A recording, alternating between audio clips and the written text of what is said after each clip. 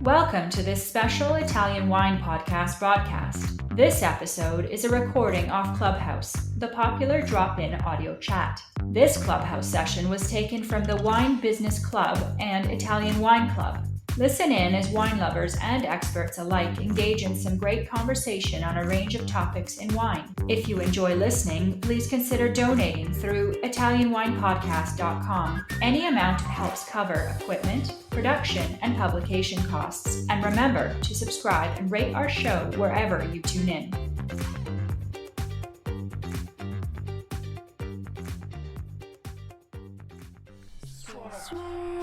Sniff, sniff, sip, sip, and spit. Once again, here we go. Swirl, sniff, sip, sniff. While you drink, don't forget these tasting tips. Swirl, sniff, sniff, sip, sip, and spit. Once again, here we go. Swirl, sniff, sip, sniff. Welcome, everybody. My name is Stevie Kim, and this is Clubhouse. I know it's kind of old-fashioned. I suppose nobody's on Clubhouse anymore, but we are still recording on Clubhouse, and this is the series we call the Ambassadors Corner. And we replay this episode on Italian Wine Podcast. We've been doing this for, I suppose, about a couple of years now, since the pandemic. We've been doing it for longer, perhaps. Laika, why don't you jump on and tell us how long we've been doing this? Oh, I actually don't recall, but I think it's been like 2 to 3 years now. I know, crazy, right? For more than 100 episodes, I think. So definitely more than 2 years then. Yes, exactly. And thanks to Laika, who is our Clubhouse manager, we've been going strong since the very, very beginning. And we continue to do this every single week, except the week of VinItaly. And I was going to say Wine to Wine, but actually we double down during Wine to Wine. We have other interviews. Is that correct? What's the plan for Wine to Wine, Laika? Yeah, we're going to have a podcast marathon for Wine to Wine.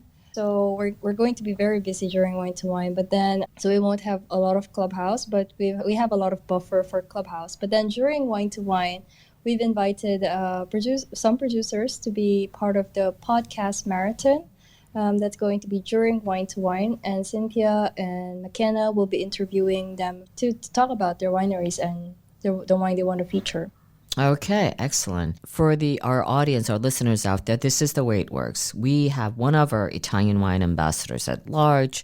They get to interview one of their favorite producers. From the Mod Squad today, we have Christopher Sachs. Ciao, Christopher. Ciao, Stevie. Ciao. How are you? Okay. He is our newly anointed Italian wine ambassador, and he will be running the room today. Christopher, tell us a little bit about yourself.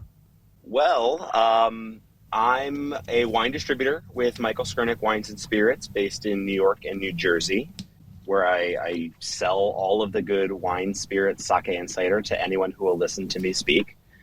And on the side, I also run a company called Travel by Wine, which is a education and cellar development and consulting firm that I kind of do myself to have some fun on the side. So, Christopher, why did you choose Arpepe as your favorite producer today? So I chose Arpepe because Isabella and I connected back in person at Opera Wine 2022 to Italy. We began importing and working with their wines just before the COVID-19 pandemic began. And it was, of course, a difficult stage to really launch a brand. But Isabella was lucky enough to share the Valtellina Roccararossa Reserva 2002, and I absolutely fell head over heels for the wine. So I've always been infatuated with the family, the history, the region, the drinkability of all of the wines from young to old, and just fascinated with their process. Yeah, I hope they'll be making more wines, because every time I go to a restaurant and I order their wine, it's always out. It's always sold out, so it's kind of frustrating, but that's really good for them. Good on them that they're incredibly popular, although it's a very niche market, if you will. So what do you think we'll be doing in terms of learning objectives today? As you know, this is kind of where we get a little bit geeky, and we expect you to come up with some learning objectives for our listeners, for our students at large. Absolutely. And I think that's the benefit to this podcast, to the Clubhouse, is those learning objectives. So first and foremost, want to understand first, where is the Valtellina? Yeah, good question. What is the landscape? What is the climate like? Where are we playing?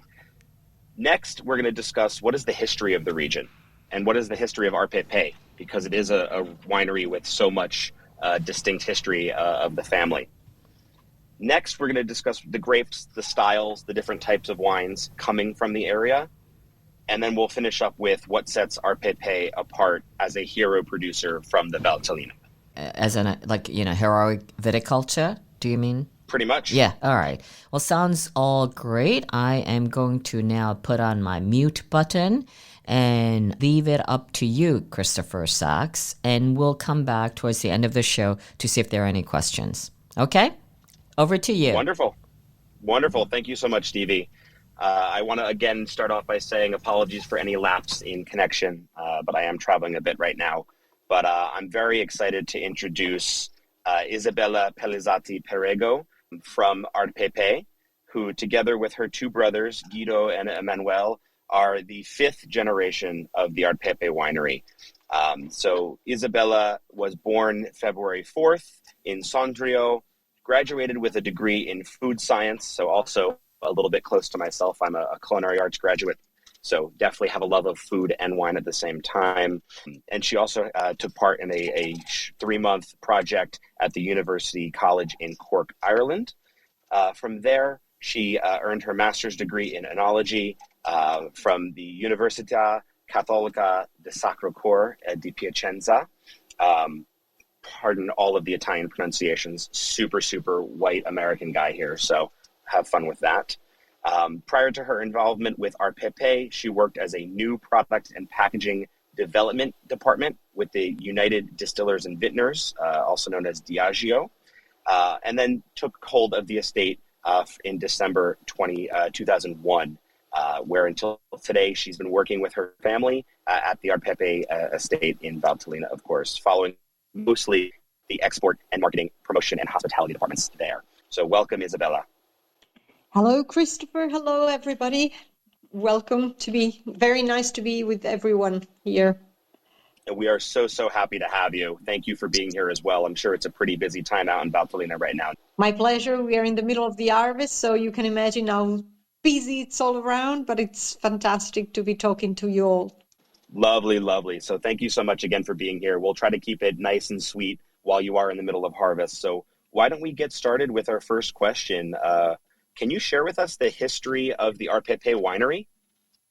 Sure. So Arpepe, together with my brothers Emmanuel and Guido, as you said, we are the fifth generation of a family producing wine since 1860. So when our great-great-grandfather Giovanni did start, and also, the history of our family is also linked to the history of Valtellina, because Valtellina has been part of Switzerland for 300 years, from 1512 to Napoleon time. And thanks to the very precise Swiss history, our customer was already buying from our great-great-grandfather in 1860. So we can really say that probably the beginning of our family was much earlier than 1860s. But we recall to that date when we got a fixed registration together with that company at that time. And we were celebrating the 100th anniversary in the 1960s together with the great-grandfather and grandfather. At that time, the winery was actually bigger because during the Swiss time, the expansion of viticulture was actually much bigger and bigger than what it is today. Believe it or not, up to the beginning of the previous century, we were having still 5,000 hectares. And then due to the wars in Valtellina, we lost a lot of population. Also, a lot of people not only passed, but moved to new countries, not only new worlds like Americas, North and South and Australia, but also to the cities. So the abandoning of the land has been huge. And we dropped down to the 70s with 3,000 hectares in total in Valtellina. And believe it or not, nowadays we have 850 hectares left only. And up to the 70s, when father, grandfather, and our father were working together, we were still having 50 hectares, so 50. So we were one of the two biggest winery in Valtellina, together with the Nino Negri at that time. And for a family reason, when our grandfather suddenly got ill in 73, they took the decision to divide the winery just to be able to divide the money, let's say. So they sold the old brand that was Arturo Pelizzatti, founded by the great-grandfather that was, so Arturo, like our father. They sold the cellar, but they didn't sell the vineyards. Vineyards were just divided like a big cake into the family, and it was thanks to this that our father was able to start again few years later with his own vineyards only. And thankfully, this point, vineyards not being sold, was the key thing for us. And having sold the brand, he had to create a new brand. So that's why Arpepe, Arturo Pelizzatti Perego in short, to keep the initial, to keep the name in a different way. So there was a rebirth under Arpepe in 1984. And this is a new beginning, let's say, for all of us. Absolutely. So essentially the brand was sold, but the vineyards were able to be stitched Exactly. to kind of bring back the historical region, the historical holdings that you've had together. So combining those different vineyards, combining that different space, can you explain to us the landscape, kind of paint a picture for us? What is the landscape of Valtellina, and where are your vineyard holdings specifically? Valtellina, it's really a very nice, long east-west valley. On the edge of Lake Como, it's an east valley. So we are very much sheltered into the Alps because we have the north part, the Rhetic Alps, where the vineyards are on, facing south, while we have the other part of the Alps, the Orobic Alps, facing north into the south, that have no vineyards at all. These are famous for cheese making at the top, but no other cultivation. And because it's a long corridor, it takes benefit also from the presence of Lake Como, which is bringing a lot of beautiful mitigation climate into the entire area. And we always have a beautiful wind that is called breva, that is blowing from west towards east every day, especially in the afternoon. And this special wind is also helping mitigating the area and keeping away the extra humidity that we don't need. So because it's all south exposed, we do have the same hours of light, like, believe it or not, like the south of Sicily, like Pantelleria and all the Sicilian islands. And so it's a very, very unique climate because Nebbiolo has been growing there since ever. And we can actually connect the origin of Nebbiolo back probably in a very remote time, probably back to Roman's time. And the major expansion, as we said, was probably in the medieval time when Valtellina was part of Switzerland. And there is also the serious probability that Nebbiolo was born in Valtellina, because this is what genetic is telling us, according to this such a big biodiversity that we have there. And Nebbiolo that we locally call Chiavenasca, from a dialect word Ciuvinasca, which means more adapt to be transformed into wine, name that has been given to Nebbiolo since ever. Fantastic. And how is Valtellina broken up into different subregions, and where are your parcels within those regions? So in Valtellina, we do have one DOC as Rosso di Valtellina and two DOCG, the Valtellina Superiore DOCG, with 5 historical areas. We have the little ones, Maroggia, coming from west towards east, and we found Sassella, Grumello, Inferno, and Valgella. And as a family winery, we have vineyards only in 3 areas. In Sassella, where we have the majority of our vineyards, we have 9 hectares and a half. In Grumello area, we have 4 hectares and a half. And we have 1 hectare only in the Inferno. We are with our winery in Sondrio, and Sondrio is the city in between Sassella and Grumello, which is just at the base of the big Valmalenco Valley, which is leading up into the Bernina Group, the biggest mountains, 4,000 meters, that are always bringing down a lot of nice fresh air from the north through this extra corridor. And we all know that if there's any region that's broken up into smaller subparcels, there has to be differences in soil, right? As Stevie mentioned, we are pretty geeky in this group. So what are the different soil types that are played with? Yes, you have to think that the way that the vineyards have been meant, they are all in terrace, very steep and stony. So they have been digging the rocks on the mountainside, making the dry stone walls, and then they were filled up with a little soil around. If the soil was not enough, they were taking the soil back up on their shoulder, which is a soil of the river. So it is called franco sabbioso. It's a fragmented, rocky, sandy soil. It's a low pH soil. There's nearly no clay anyway. It's kind of poor and draining a lot. But apparently Nebbiolo has been growing so well in this environment and really has been getting more and more, let's say, great approach into this area. And so Nebbiolo has been grown there beautifully since ever. So we have a poor rocky soil that is well draining that needs to be sometimes carried back up the hill and replaced after it erodes down. That must mean a lot of hands-on management in the vineyards. Is there anything additional that is done? How are the vineyards managed themselves? Well, of course, all the vineyards are completely manually, so there's no possibility of mechanization at all. So from when you put a plant after the harvest, everything is manual. And we have roughly 1,500 hours per hectare per year, which means 1 person per hectare per year to do all the work. And if you consider that on a hillside, when you are not lucky, it's about 500 hours per hectare. So we are 3 times more than a hillside because we cannot do anything else.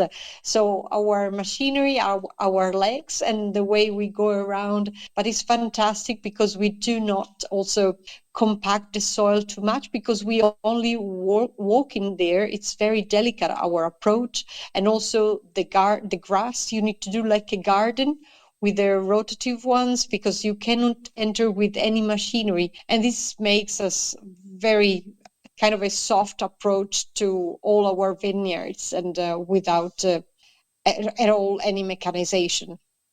And we'll definitely come back to that soft, delicate approach when we discuss the wines themselves in a little bit.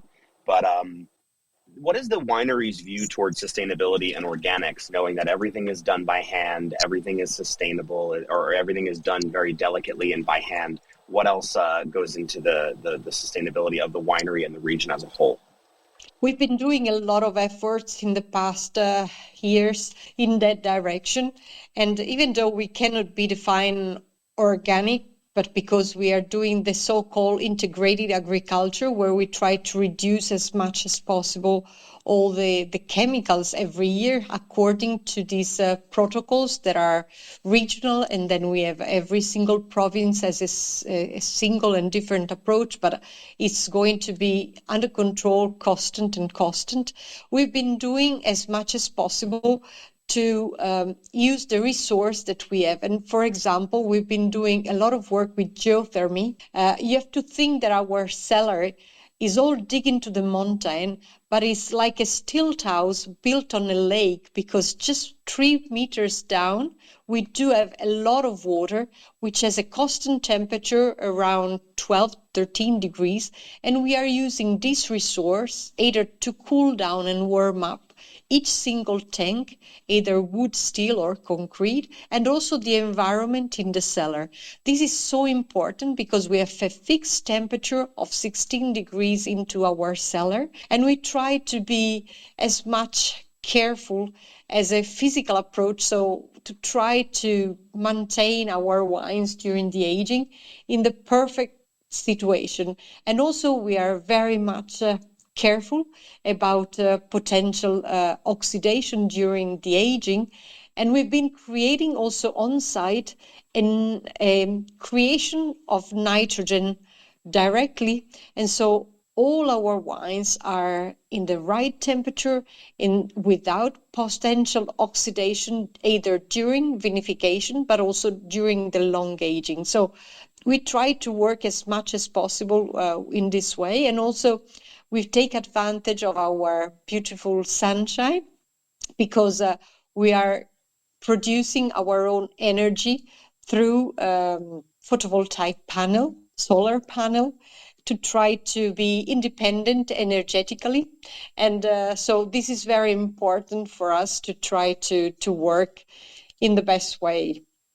And I love how you're talking so much about geothermal and photovoltaic, so solar panels, as opposed to chemical changes that are happening in the vineyards or not happening in the vineyards. You're using the actual earth itself and then the essences that we have.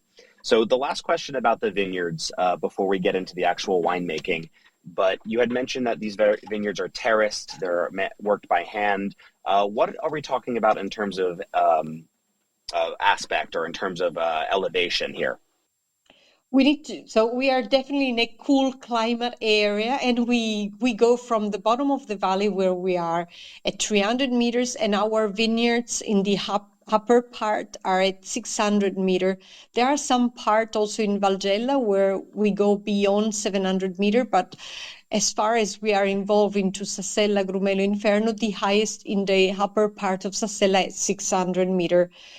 And of course, inside each single zone, we do have so many different aspects, because either in terms of elevation and exposure, you also have to think that it's a long east-west valley with so many perpendicular valley, bringing in and out a lot of fresh or warm air from north and south. So you really define inside each single area so many different and peculiar single vineyard from which you can get significant different wines.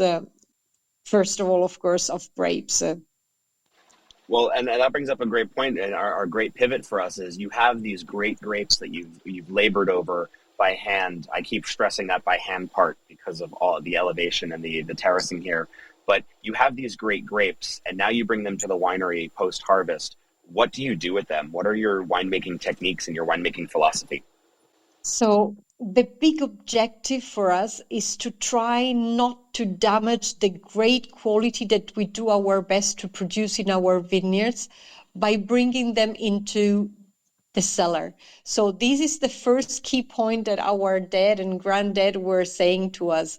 So we do our best in full respect of our raw materials, that are the grapes, to try to preserve the quality. So all our grapes are brought, as we said, by hand. We also pick through very small basket that you can also see on our website. And in those baskets, we try to let the grapes traveling without any single transfer. So the grapes are only transferred into the destem machinery when they enter the cellar, but there are never any juice around, because they are carefully taken and positioned into the basket. And all our grapes are fully destemmed. And it's also very important that we are now using a more clever new machinery that destem our grapes like if you were doing manually. So we like to leave the berries as much intact as possible. We try not to press at all, but only destem like pearl out of the the stem. And we go for fermentation in Troncoconic 5,000 liter, all bent by steam and not by fire, because we never want any toasty notes in our wines.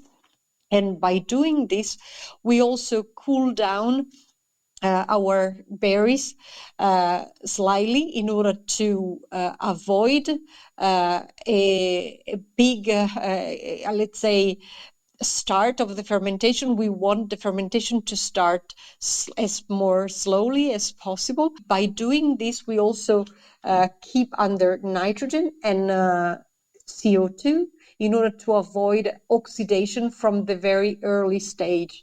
And this is very important because we want our fermentation to start spontaneously, because we work only with the spontaneous yeast.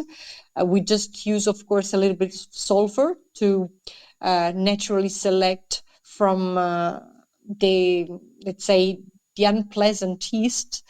And then we allow the fermentation to start very slowly. And by doing this, we've been experimenting more and more, also longer and longer maceration.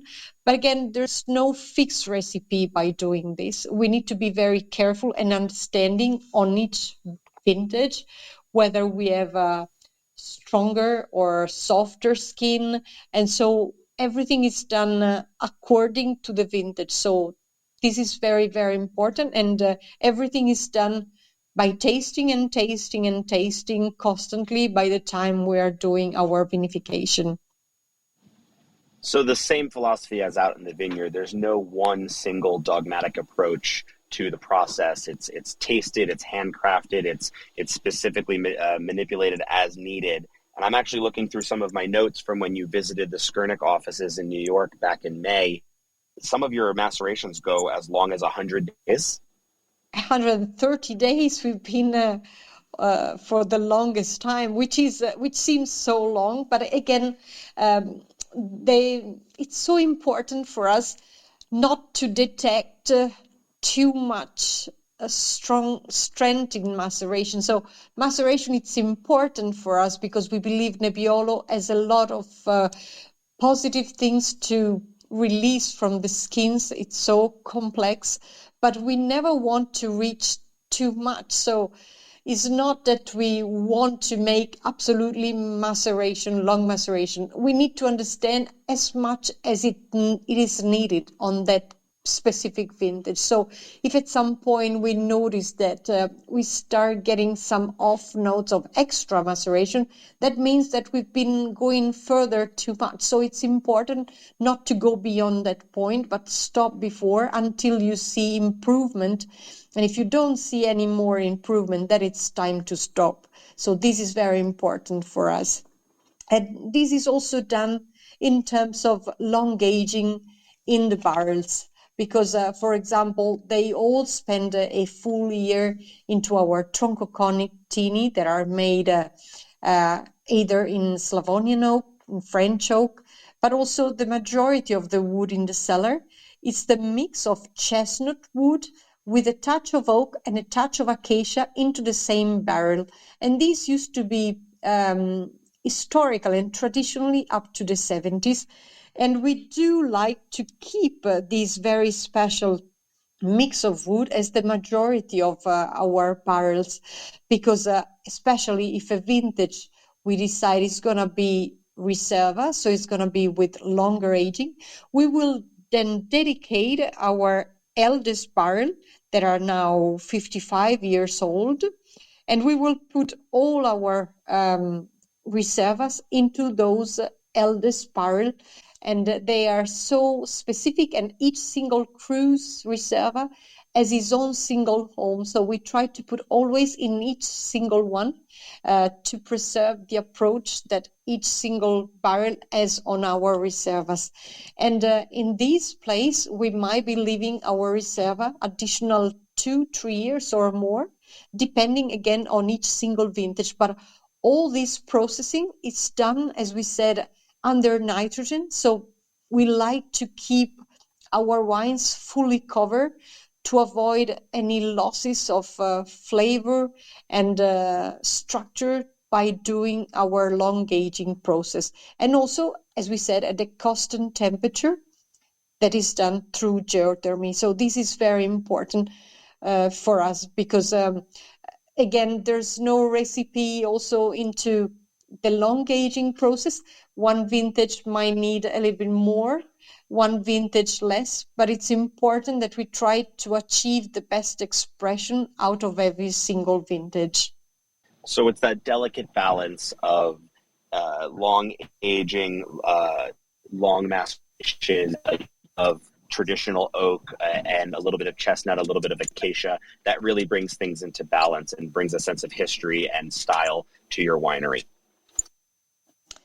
We really think that all this care by preserving the product that you get in each single vineyard, and we are very proud of also this very historical place where we own our vineyards, and so we just try to be as much careful in all the processing to preserve the best character that we get out of every single one. And now, if I may ask a more divisive question here, what sets Arpepe and the Valtellina as a whole apart from its brothers, if you would consider them brothers, Nebbiolo in Piedmont? Well, what we love is that in Valtellina, it's a much more cool climate area. It's a mountain Nebbiolo, Nebbiolo from the Alps, as we like to call it. So you can get, and if you close your eyes while you're tasting the wine, you can see the mountain that is behind. And I think this is a plus for our wines because even though we've been having few warmer vintages, we are still around 14 degrees alcohol. So we are further cooler than the Lange, I think. And these help us getting wines that are much more easy drinking, balanced with a lot of minerality, that I think makes Valtellina like in the right place, in the right time today. That's our feeling. Oh, and I fully agree. Going back to Stevie's question of why am I infatuated with your wines, is because while they have that elevated alcohol, they are at that 14%. They're a cooler climate, so longer hang time, more ripeness, more drinkability in its youth, as well as, of course, in its older age, which I want to dive into now as well. You have some quite deep cellars at Arpepe. Is there a particular vintage that you're in love with? Well, we of course love all our babies because these are all products out of our family. But I know it's almost like asking you for your favorite child. But that's the feeling. But I can tell because this is something we cannot repeat anymore. But I was proud enough and lucky to be there when our father was opening his last few bottles to celebrate the 60th birthday in 2002. He was opening his last few bottles of 1942. And even though 42 was not an astonishing vintage, I can tell you that I was so impressed of how much freshness and minerality, some gooseberry notes that I was recalling in this wine, even though they were coming from the past and they were probably not be able to be open again because my father decided to drink them all with their friends in his party, 60s party. So no complaint, but it was incredibly fresh. And despite the fact that 1942 was not an incredible vintage, was kind of a normal vintage, and only because was our father's birth was kept. And so I think it was an incredible thought for all of us because by tasting this wine, you understood the potential of a valley, of a region. And I love the way those wines are aging beautifully, preserving the mountain character and the freshness. So they always seems younger in comparison to other regions. That's at least as far as my understanding and tasting so far. Oh, absolutely. And so we've learned a little bit about the vineyards. We've learned about your process. We've learned a little bit about the winemaking. Let's learn a little bit more about you, if we will. If you had the choice and the chance to make wine anywhere else in the world, where would you go?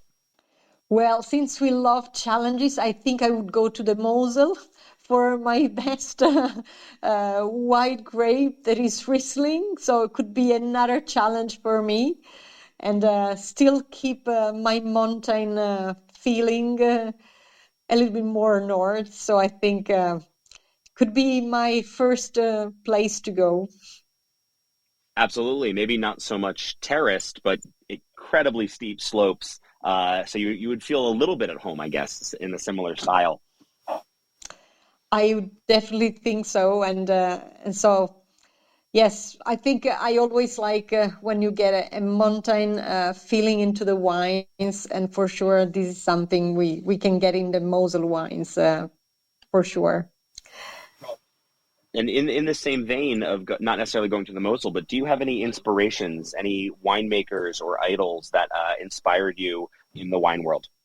Well, considering people that do so much research and they never stop learning and they want precision first, I think Roberto Conterno would be our inspiration person. He's a friend also, and we've been taking a lot of thoughts, and we are always happy to discuss and get advices and understanding, because I think he has been doing something amazing in his life, and keeps doing and never stop. Wonderful. At the very beginning of our discussion, you had mentioned that the region is known for its cheese.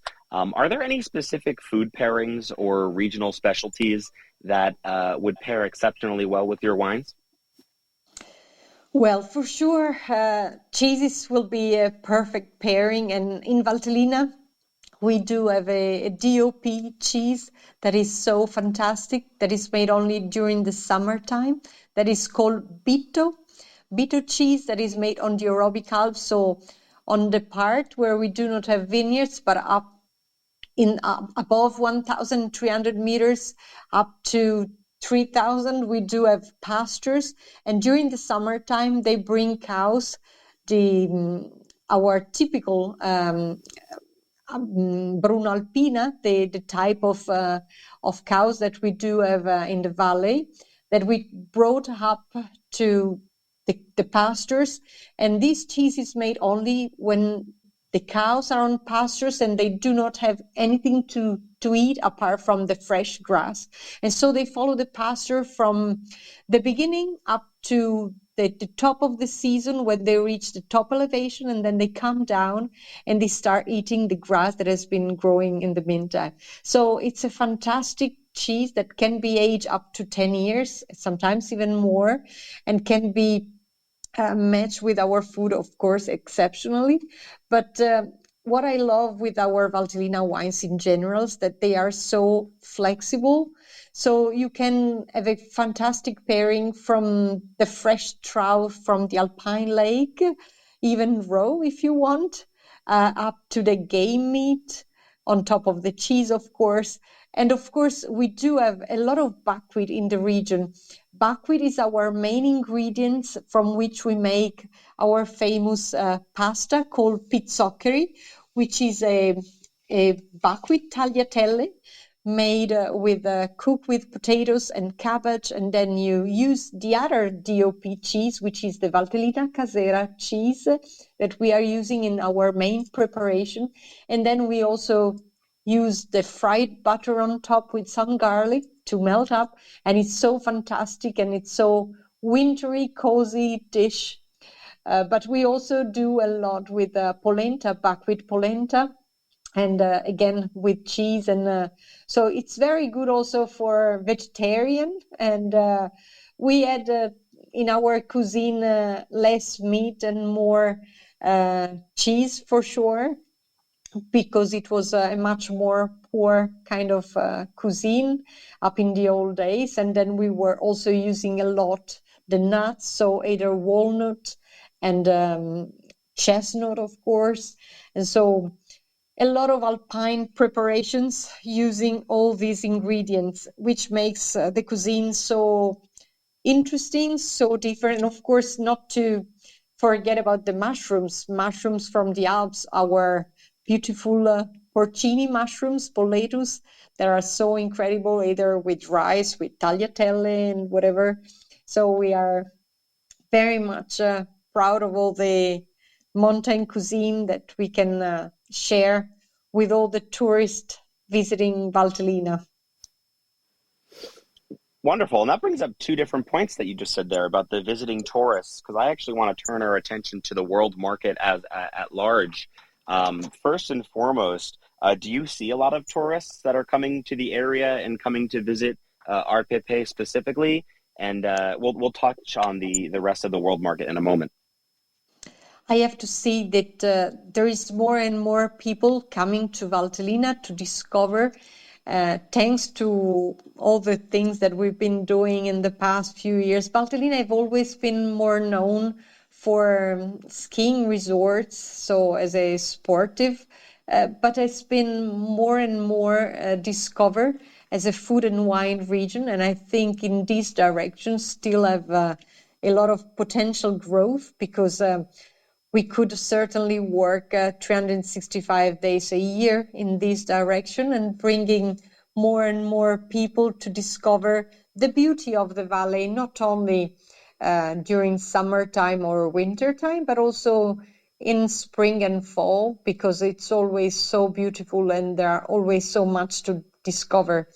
And we see the tourism growing slowly, but it is significantly growing, and we see with a lot of people visiting us. We just have a problem that it's because we are a small family winery. We cannot welcome as many people as they would like to visit us, because we try also to put so much care into the hospitality, into the welcome, because we try to do our visit ourselves and not to have let's say someone else, a hostess or anyone doing this for us. So because we do ourselves, there's always kind of a limited time to dedicate. And if we are traveling around the world or to wine fairs, etc., it's hard to welcome at the same time. Well, and that goes to Stevie. That's part of the reason why there's no wine available in some of our restaurants whenever she's going out, because there's so many tourists who are getting turned on to the region and buying it themselves. So we'll have to figure out a balance there. But now, Isabella, sorry, go ahead. No, I just mean, unfortunately, we have only 15 hectares. So even though we would love to produce more, we cannot increase more. And then, of course, we have to respect that every season is different. So we also face vintages with no bottles, so which has been struggling us later on in the market, of course. But this is part of the game, part of the nature. So we can hope in a generous vintage, but we also need to accept and understand that they are not all the same. And so the idea is to be placing our wines in the best restaurants all over the world. So that's the objective. So we focus on that. But of course, since we have always new market on board that they want to discover, they knock our door. It's really hard to be able to give more to everyone. So the challenge in the future will be to give the right amount of wine to each single one and not to leave anyone without. Yeah, it's a fun game of being in the right place at the right time to find the wines that you so desire. Exactly, so but we are doing our best. Absolutely, and it shows. So we're getting towards the end, but I want to wrap up a little bit here by talking about changing consumer tastes and the world market. So specifically in the U.S., it's very common that everyone loves big, rich red wines, Napa Valley, it's structured. Now, are you noticing a change in the trends and in the people that are attracted to the Arpepe wines? Are you noticing a change in the way you're making wines to adapt to that? Well, I have to say that we do not have to make a change because, as we said, we just try to respect our grapes and produce the best out of every single vintage. But what we notice across my more than 20 years into the winery, how much the market itself has been changing, because when I began, there was so much attention into big international wine, very full of wood and very full of texture and very rich and sometimes hard to drink.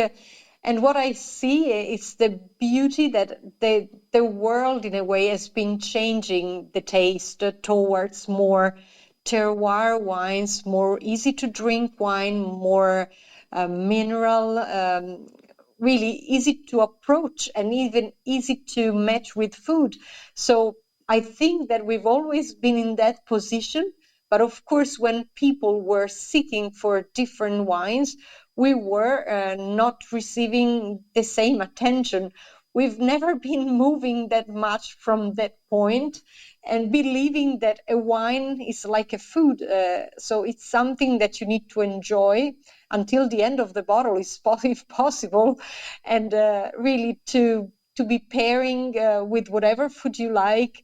And I really think also in this moment we are in the right place in the right time, because Valtellina has this character, and I think we must be all very proud because it's really a character of our Nebbiolo, our cool climate Nebbiolo, as this kind of character. So it's very important for us also to use. So for us, the wood is important for micro-oxygenation across the long aging, but we never want the wood to give additional taste to the wine. So the respect for, again, the type of wine, everything is done in that direction for us.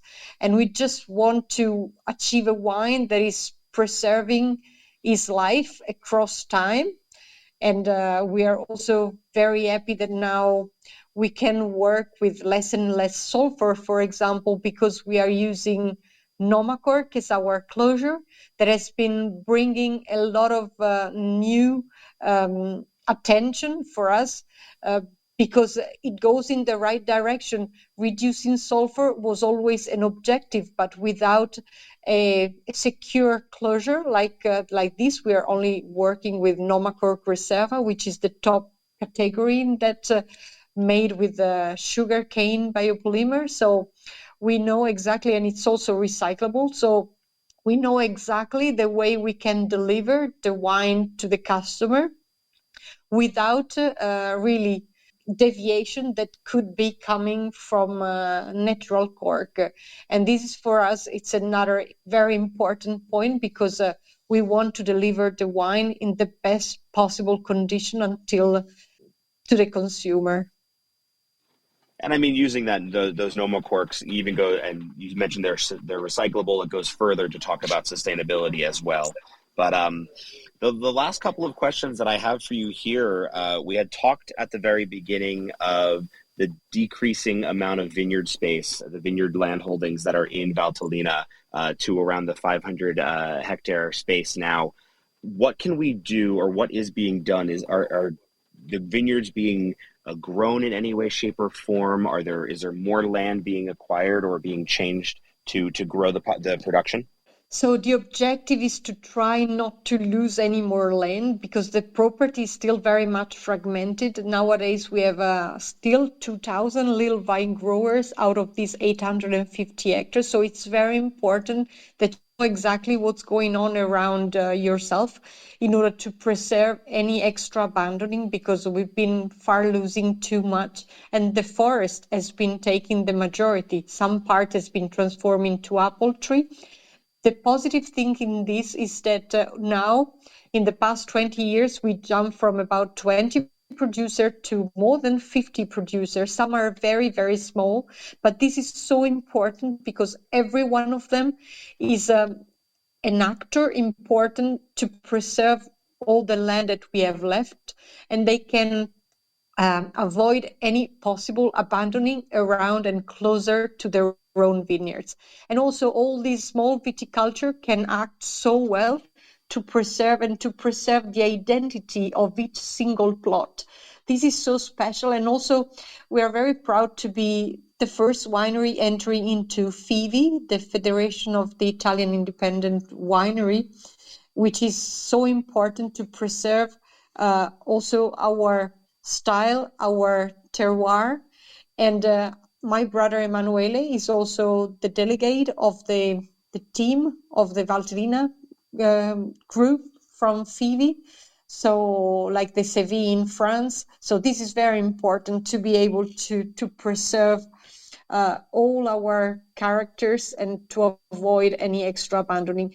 At the same time, we are doing our best to try to reconquer very few pieces around our vineyards that have been only recently abandoned, even though it's another challenge because it's not always easy. Whatever has been left and lost can be lost forever unless we try to act promptly. And on this way, we need to work also politically to try to, let's say, resist and to keep the possibility of planting again those small little parts. So this is very, very important again.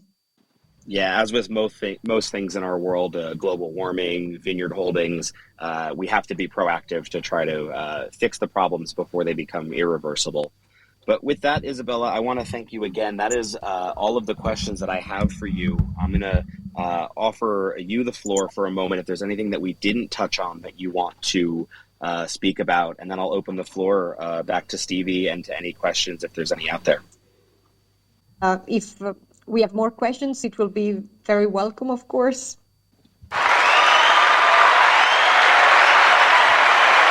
Okay, that's my special effect. Thank you so much, you guys. What a wonderful discussion we've had. We've learned so much. I do have, more than a question. There was Andre Baklin from Latvia. He said, last opera wine, Rocca Rosse Riserva 1996 was stunning. So that's from Andre. Much appreciated. I do have a question, Isabella. Would you mind just giving us an overview of the number of labels you have and the production, like the volume, like number of bottles you produce? Sure, Stevie. So when we are lucky, we produce kind of 100,000 bottle out of our vineyards. In total, right? In total, which is a lot, but not a lot to cover the entire world for sure. And we do have 11 labels, but we are not absolutely making all of them every year. For example, Rosso di Valtellina was born in vintage 2003, the hottest vintage ever, where we made only that wine out of all our vineyards. And after that, everyone was expecting that wine to be available every year. So we decided to dedicate a portion of our grapes nearly every year, dedicating the grapes that we pick below 400 meters to the Rosso. But then, let's say we dedicate the best exposure from 400 to 600 meters, either to the Valtellina Superiore if the vintage is a bit more prompt, or to the Riserva if the vintage needs more time.